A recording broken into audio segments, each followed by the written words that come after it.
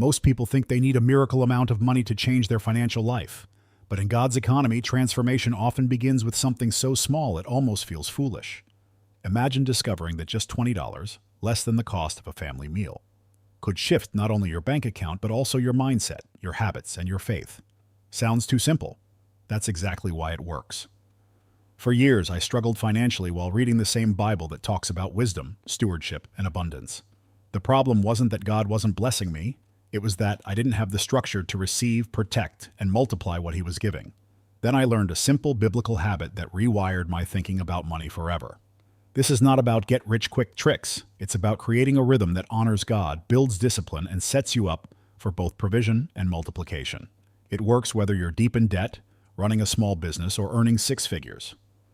The principle is the same, and it's been in Scripture for thousands of years. Today I'm going to show you exactly what this rule is, why it works, and how you can start applying it right now.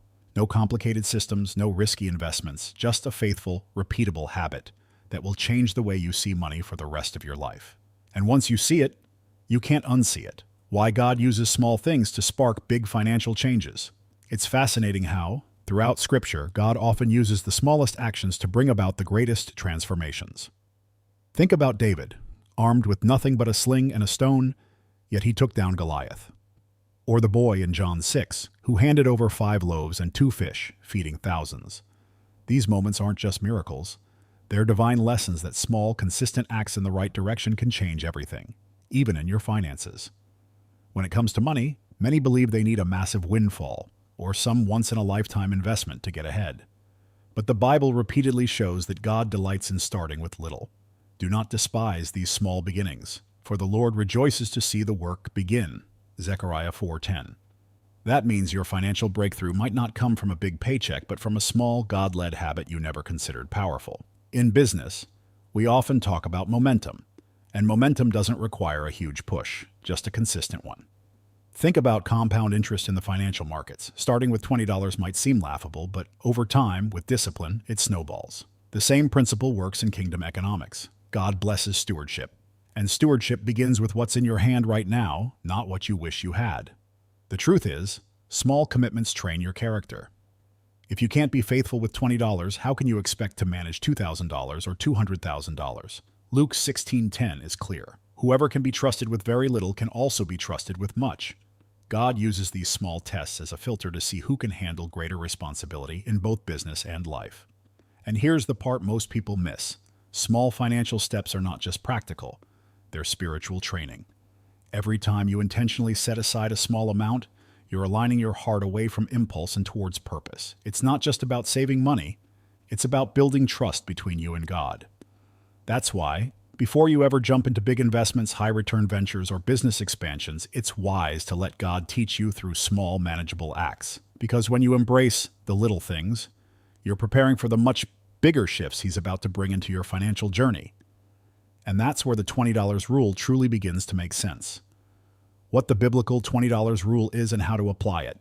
The biblical $20 rule is as simple as it sounds, but don't let that simplicity fool you. Every time you receive income, whether from your job, your business, or even an unexpected blessing, you set aside $20 into a separate account.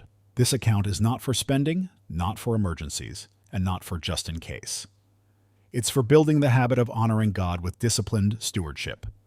Think of it like the gleaning principle from Leviticus 19:9-10. Where God told His people to leave the part of the harvest for the poor and the stranger. It was a physical, tangible way of showing discipline, generosity, and trust. Your $20 may not be feeding someone else today, but it is training your spirit to handle money with intentionality. To apply it, you start with a fresh savings account, something separate from your regular checking. Give it a name that inspires you. Kingdom Growth Fund, the Storehouse, or even Faith and Finances. The point is to make it special, so you feel a sense of purpose every time you transfer money into it. Don't automate this process, do it manually. The act of physically moving that $20 from one account to another will keep you aware of the discipline you're building. It's like tithing. Part of the blessing is in the act of giving, not just in the result. If you get paid bi-weekly, that's $40 a month. If you own a business and receive payments more often, the habit will grow faster. And if you can, choose a threshold. Maybe you only do it on weeks you make over a certain amount. $500 in commissions, $1,000 in sales, or when your business hits a specific profit margin. The point is not the $20 itself, but the consistency and awareness that God is in the middle of your financial flow. Once you start practicing this rule, something happens. That small pile of money becomes a visible reminder that you can make progress without strain. It's not about the amount, it's about the faithfulness. And when faithfulness becomes second nature, you'll be ready for the deeper spiritual and financial rewards that follow. The spiritual power of setting aside a portion of what you earn. From Genesis to Revelation, God makes it clear. How you handle the first portion of what you receive reveals the condition of your heart. Proverbs 3:9 says, "Honor the Lord with your wealth, with the first fruits of all your crops." While the $20 rule isn't a replacement for tithing, it operates under the same principle. Setting something apart on purpose trains you to see money as a tool, not a master. This act isn't just about saving, it's about obedience. Every time you move that $20, you're reminding yourself that money doesn't control you. In a culture obsessed with instant gratification, pausing to set something aside is a spiritual act of resistance. It's telling your flesh, we don't spend everything we touch, and telling your spirit, we're aligning with kingdom priorities. Financially, this habit builds margin. Spiritually, it builds trust. God often uses these small margins as a seedbed for bigger blessings. Think of Joseph in Egypt. He stored grain in the years of plenty, and when famine came, not only was he secure, but he had enough to bless nations. Your $20 habit is a modern, micro-scale version of that wisdom. Some might argue that such a small amount won't make a difference. But in God's economy, the widow's 2 coins in Mark 12 mattered more than the large sums others gave. Why? Because it was given intentionally and sacrificially. Your decision to set aside $20 each time you earn is more about faith than finance. And faith always moves God's hand. Practically speaking, this discipline will also shift your mindset in business. You'll begin to see every transaction not just as profit or expense, but as an opportunity to exercise stewardship. The more you practice, the more natural it will become to reserve portions for growth, giving, and God's purposes. And here's where the transformation starts. Once you taste the peace of having something set apart, you won't want to go back to living on the edge. That peace is addictive in the best way, and it's the foundation for the testimony I'm about to share next. My testimony: how a simple practice changed my financial life. Years ago, I was barely getting by. Bills felt like waves hitting faster than I could swim, and any unexpected expense was a crisis. I knew the Bible spoke of wisdom, stewardship, and planning, but in practice, I was living paycheck to paycheck.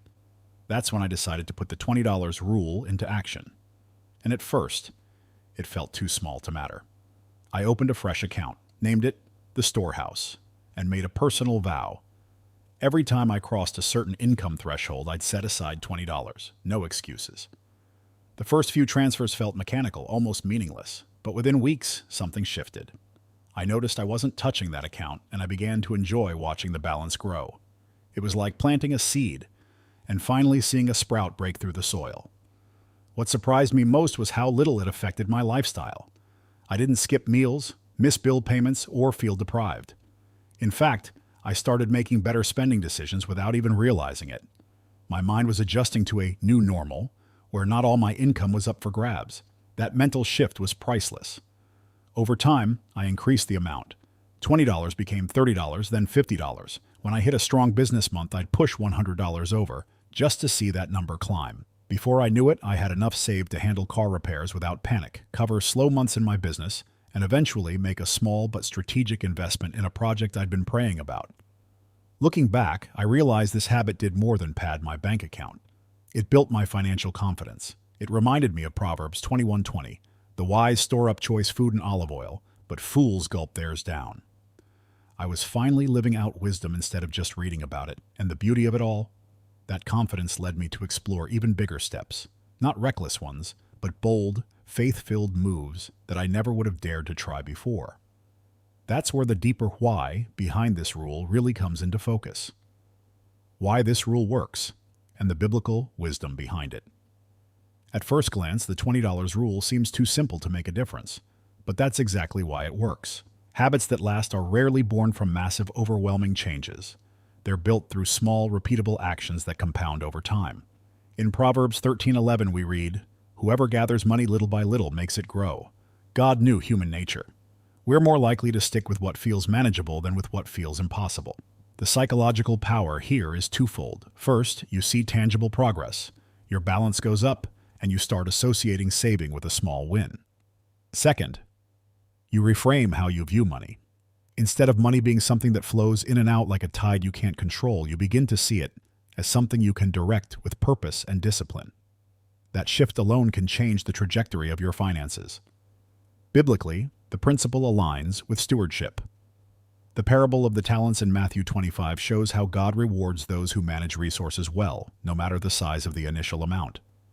The servant who doubled his small share received the same praise as the one who doubled the larger share, because faithfulness matters more than the starting number.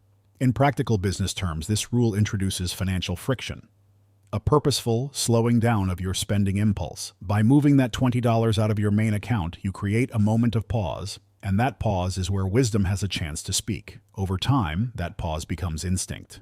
Another reason it works is accessibility. Anyone can start. A college student with a part-time job, a small business owner in a slow season, or even someone deep in debt. You don't need specialized knowledge, complex investment strategies, or market timing. All you need is consistency. And when you combine consistency with faith, the results often exceed what you imagined. Before long, what started as a habit of $20 becomes a mindset of multiplication, and that's where the shield effect of your savings begins to reveal itself. The invisible shield. How small reserves become great protection. One of the most underrated benefits of the $20 rule is the sense of safety it creates. In Proverbs 10:15 it says, "The wealth of the rich is their fortified city." While that verse warns against pride in riches, it also acknowledges a truth. Resources act as protection. Your small savings start as a seed, but over time they form a financial barrier between you and life's unexpected blows. At first, it doesn't feel like much. $20 here, $30 there. But then a sudden car repair, medical bill, or slow business month hits, and you realize something powerful. You don't have to panic. That little kingdom fund you've been building is now serving as a shield, absorbing the hit so you can stay on your feet. That peace of mind is priceless, and it's why many people never stop once they start this habit. Spiritually, this shield is more than money. It's a visible reminder of God's provision. In Deuteronomy 28:8, we read, "The Lord will command the blessing on you in your storehouses." The account you've been funding becomes your modern-day storehouse, a place where God's blessing can rest because you've been faithful in building it. In business, a reserve like this changes your decision-making. You no longer have to jump at every opportunity out of desperation or accept poor deals because you need quick cash. Instead, you can wait for the right opportunities, the ones aligned with your calling and kingdom values. That kind of patience is a competitive advantage. The shield also works psychologically. Knowing you have backup reduces stress, and reduced stress means clearer thinking. Clear thinking leads to better financial and spiritual decisions, and that's how small savings start to produce big results in every area of life. But here's where it gets even more exciting. Once that shield is in place, you're not just protecting yourself anymore. You're preparing to move from saving to multiplying, stepping into the biblical pattern of turning little into much. From saving to investing, the biblical ladder for multiplying money. Once you've built a habit of setting money aside, the next step isn't to stop, it's to elevate. Saving creates safety, but investing creates growth. In Ecclesiastes 11:2, Solomon advises, "Invest in 7 ventures, yes, in 8. You do not know what disaster may come upon the land." In other words, diversification is ancient wisdom, and it's as relevant to today's markets as it was to ancient trade routes. The beauty of starting with the $20 rule is that it gives you the confidence and discipline to take this next step. When you've proven to yourself that you can consistently save, you've also proven you can handle the responsibility of growing that money. And in business terms, growth means putting your capital to work, whether in stocks, index funds, real estate, or even starting a side venture. From a biblical perspective, this is the parable of the talents stage. The master didn't expect his servants to bury what was given to them. He expected multiplication. But notice, the ones who multiplied had already shown responsibility in smaller matters. That's why your $20 habit isn't just about numbers. It's about proving yourself trustworthy with more. Practically, you might start by setting aside a portion of your $20 fund for investments, while keeping the rest as your shield. This could mean opening a brokerage account, buying into a low-cost index fund, or acquiring tools that help your business generate additional revenue. The key is to match your investments with your knowledge and values, including avoiding businesses that conflict with kingdom principles. The transition from saving to investing is also a mindset shift. You stop asking, "How can I protect what I have?" and start asking, "How can I multiply what God has entrusted to me?" That shift changes the way you view risk, opportunity, and stewardship. And once you step into this level of multiplication, the question becomes, how do you keep the fire of discipline alive so that your growth doesn't become an excuse for carelessness? That's where the final step of the $20 rule journey comes in.